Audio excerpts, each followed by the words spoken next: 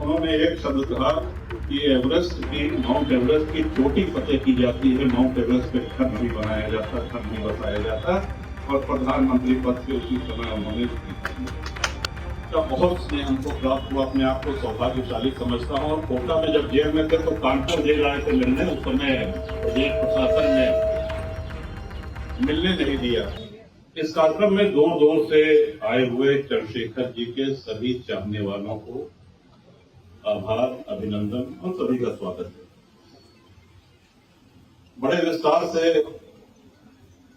आदरणीय खन्ना जी ने चंद्रशेखर जी के जीवन पे, उनके व्यक्तित्व पे प्रकाश डाला। प्रयास रहेगा कि अपनी बात संक्षेप में कहें और कोई बात दोहराए ना। ये सही बात है कि जब महापुरुषों की पुण्यतिथि होती है या उनका जन्मदिवस मनाया जाता है तो उसका उद्देश्य ये होता है कि हम उनके जीवन से, उनके व्यक्तित्व से, उनके वक्तव्यों से, उनकी विचारधारा से प्रेरणा ले सकें। जीवन में और सार्वजनिक जीवन में आने वाले संकटों का निवारण कैसे हो, जनहित में कड़े कदम उठाएं बिना परिणाम की परवाह किए, इन सब की प्रेरणा हमको महापुरुषों के जीवन व्यक्तित्व से मिलती है। आदरणीय चंद्रशेखर जी का बहुत स्नेह हमको प्राप्त हुआ। अपने आप को सौभाग्यशाली समझता हूँ। और कोटा में जब जेल में थे तो कानपुर जेल आए थे मिलने, उस समय प्रदेश प्रशासन ने मिलने नहीं दिया। बांदा जेल आए, वहां पर भी भेंट हुई चंद्रशेखर जी से बांदा जेल में, और अपने साथ कई पुस्तकें लेकर के आए। क्या पढ़ते हो, यही पूछा। उस समय श्री रामचरितमानस का अध्ययन कर रहे थे, वो बताया हमें। कई पुस्तकें उन्होंने दी जो आज हमारे लिए बड़ी अनमोल धरोहर है और उनकी स्मृति के रूप में बड़े अच्छे से संजो करके रखा हुआ है। राम गोविंद भाई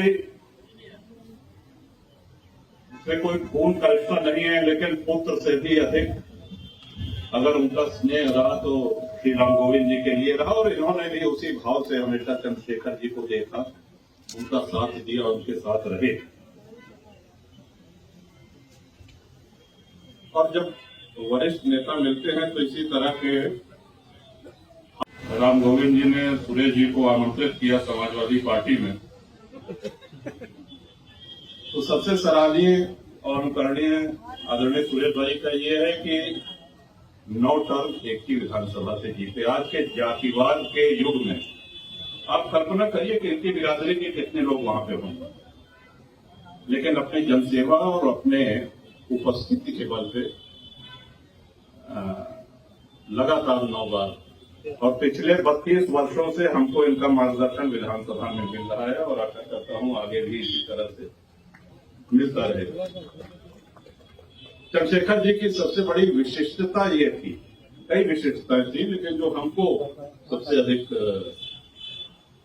विशेष लगी, कोई भी हो, किसी भी विचारधारा का हो, किसी भी दल का हो, उससे बड़े आत्मीय संबंध, और वो व्यक्ति भी बड़े आत्मीयता से आदरणीय चंद्रशेखर जी से मिलता था, अपनी बात, अपनी समस्या, अपनी बातें रखता था, और वो भी पूरे निश्चल भाव से, बिना कोई राजनीति का गुणागणित किए, बिना इस बात का ख्याल किए कि ये अमुक व्यक्ति जो मुझसे बात कर रहा है, जो सांसद है, ये किस दल का सांसद है। बड़े ही आत्मीयता से उनके भारत में जितने भी राजनीतिक दल हैं और राजनीतिक दलों के जितने भी जनप्रतिनिधि हैं, सभी से उनके संबंध बहुत ही घनिष्ठ और बहुत ही आत्मीय रहे। उनके व्यवहार में, उनके शिष्टाचार ने तोड़ दिया। हाँ, लेकिन उनके अपने विचार वो स्थायी थे। उनके विचार जयप्रकाश जी से प्रेरित थे, डॉक्टर लोहिया से प्रेरित थे। यहाँ जयप्रकाश जी और डॉक्टर लोहिया का जिक्र करने के साथ साथ हम ये बता दें कि सबसे पहले कांग्रेस मुक्त भारत का सपना देखने वाले जयप्रकाश जी थे, डॉक्टर लोहिया। विशेषकर जो हमारे साथी, हमारे बंधुगण जो समाजवादी पार्टी में है, उनको इस बात का ध्यान रखना चाहिए कि डॉक्टर लोहिया की क्या भावना थी कांग्रेस के प्रति, आचार्य नरेंद्र जी देव जी की क्या थी, आदरणीय मुलायम सिंह जी की क्या भावनाएं थी। चंद्रशेखर जी के प्रधानमंत्री बनने का किस्सा हम सब लोगों को पता है, उसको मैं दोहराऊंगा नहीं। लेकिन 4 महीने के अंदर राजीव गांधी चिंतित होने लगे, कांग्रेस को चिंता होने लगी जिस तरह की उसकी कार्यशैली थी, और हटाने के लिए बहाना यह लिया कि साहब राजीव गांधी के घर के सामने 2 हरियाणा पुलिस के कांस्टेबल टहल रहे थे, मैंने इनको भेजा है जासूसी करने के लिए। इस बात पे उन्होंने समर्थन वापसी की घोषणा करी और उनको ये आशा थी कि चंद्रशेखर जी गिड़गिड़ाएंगे, माफी मांगेंगे या ये कहेंगे कि ये गलती अनजाने में हुई है। चंद्रशेखर जी समझ गए थे कि ये हटाने का एक बहाना है। अच्छा, कांग्रेस को ये उम्मीद नहीं थी, ये आशा नहीं थी, उनको ये लग रहा था कि अभी ये सिफारिश लगवाएंगे, वरिष्ठ कांग्रेसी नेताओं को पकड़ेंगे और ये कि भाई ऐसी कोई गलती नहीं है, ये सरकार चलनी चाहिए। बाद में कांग्रेस ने फिर अपनी बात से पीछे हटते हुए कहा कि अच्छा ठीक है, ये घटना तो सही नहीं हुई है, लेकिन कोई बात नहीं, आप बने रहिए प्रधानमंत्री पद पर। उस समय चंद्रशेखर जी का जो जवाब था वो भारतीय राजनीति में मैं समझता हूं इससे अधिक मजबूत, इससे अधिक दमदार उत्तर किसी का नहीं होता है। उन्होंने एक शब्द कहा कि माउंट एवरेस्ट की चोटी फतेह की जाती है, माउंट एवरेस्ट पे घर नहीं बनाया जाता, घर नहीं बसाया जाता, और प्रधानमंत्री पद से उसी समय उन्होंने इस्तीफा दिया।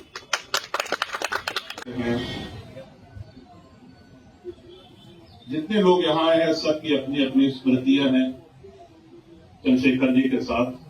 ये नारे भी लग रहे हैं, चंद्रशेखर जी अमर रहें, अमर रहें, अमर रहें। ये सही बात है कि चंद्रशेखर जी हमारे अंतर्मन में, हमारे चेतन में, हमारे मानस में अमर हैं और सदैव अमर रहेंगे। ईश्वर उनको अपने श्री चरणों में रखे और उनका आशीर्वाद हम सब लोगों के ऊपर बना रहे। उनसे हम लोग इसी तरह से प्रेरणा लेकर के अपनी राजनीतिक यात्रा और जीवन यात्रा इसको आगे बढ़ाएं। और अंत में एक बार पुनः यशवंत भाई का बहुत बहुत साधुवाद, धन्यवाद कि उन्होंने पूरे प्रदेश के चंद्रशेखर जी को चाहने वालों को यहाँ एकत्र करके अपनी बात रखने का अवसर दिया।